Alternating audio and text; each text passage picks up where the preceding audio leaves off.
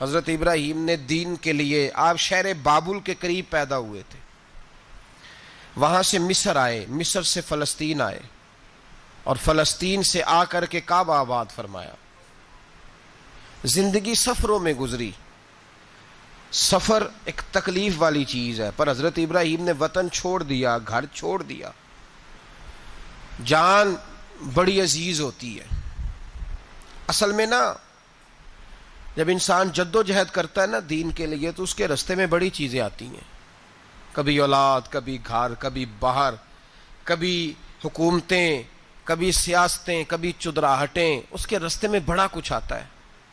اور اسے ہر چیز کو فیس کرنا پڑتا ہے۔ گھر کے اندر بھی جنگ ہوتی ہے اور گھر کے باہر بھی لڑائی ہوتی ہے،